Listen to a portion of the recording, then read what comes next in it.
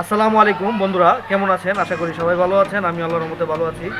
তো আমি যে স্প্রে গানটা মাকুতির সেটা যে নিয়েছিলাম সেটার আনবক্সিং ভিডিও দিয়েছিলাম। তো আজকে এটা রং করে আপনাদেরকে দেখাবো কীভাবে রং করতে হয়। যদিও আমি এতটা পারি না, কারণ এই রং আমি সবসময় করি না। তো আজকে আমি এটা করে দেখাবো কীভাবে করতে হয়। আপনারা আশা করি পুরো ভিডিওটা দেখবেন এবং সাথেই থাকবেন। আমি প্রথমে রংটা গুলিয়ে নিলাম। তো রংটা যদি বেশি ঘন হয় তাহলে স্প্রে দিয়ে বের হবে না, আর পাতলা হয়ে গেলে আবার রংটা জোরে পড়ে যাবে। যার কারণে এদিকে একটা কাপ দেওয়া আছে, তো এই কাপটার নিচে ফুটা আছে। তো এটাতে রংটা নিয়ে 20 সেকেন্ডের মধ্যে এটা পড়তে হবে, তাহলে এটা পারফেক্ট আছে।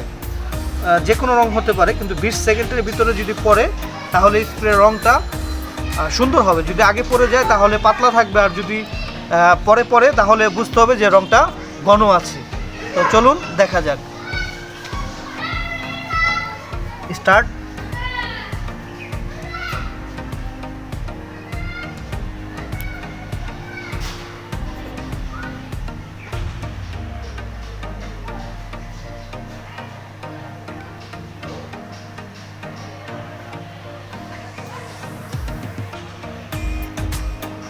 এই যে বন্ধুরা দেখতে পেলেন, পুরোপুরি 20 সেকেন্ডে আমরা এটা কি করলাম রংটা।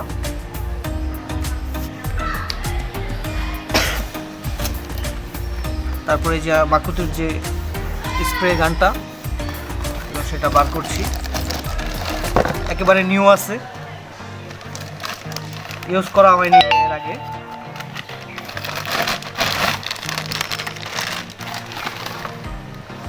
তো এটার ভিতরে রং দিতে হবে, এটা রঙের জার। এটা তো আমি এখন এটার ভিতরে রং নিয়ে নিব। তো জানি না কতটুকু ভালো হবে, আমিও যেহেতু ফার্স্ট টাইম, আপনারা দেখতে থাকুন।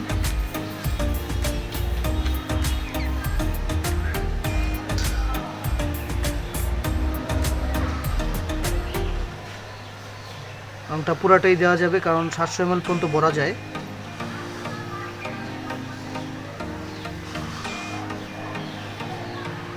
পুরো রংটাই আমি দিয়ে দিলাম।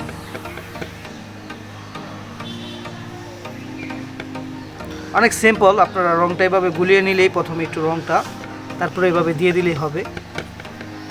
তো ভিডিওটা অনেক ইন্টারেস্টিং, আপনারা পুরো ভিডিওটা দেখবেন। আর দেখলে আপনারা নিজেরাই আপনাদের নিজেদের যে কোনো কিছু আপনারা রং করতে পারবেন। আর আমি এটা পুরোপুরি ইউজ করার পরে আমি বলবো আপনারা কি এটা কিনতে পারেন কি না। তো এখন আমি এই গানটাতে এটা লাগিয়ে নিব।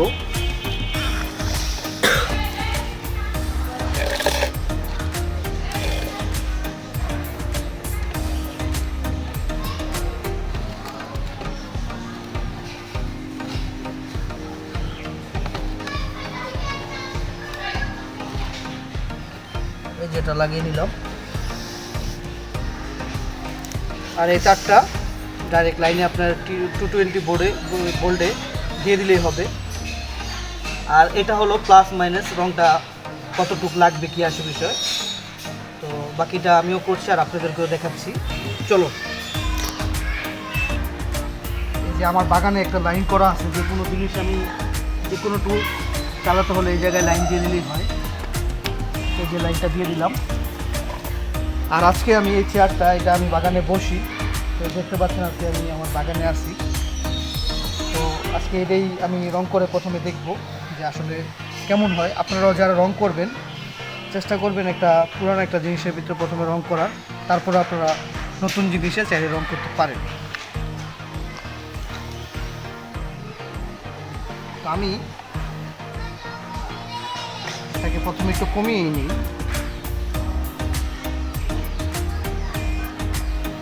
দেখি একটু রং করে প্রথমে এটা একটু পুষে নিই, একটু পরিষ্কার করে নিই।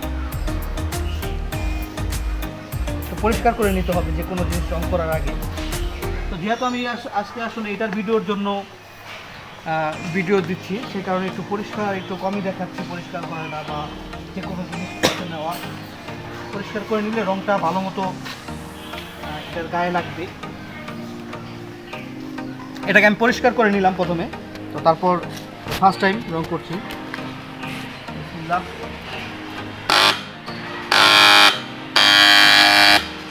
রং বেরোচ্ছে সুন্দর, এই দেখতে পাচ্ছেন। ও নাইস,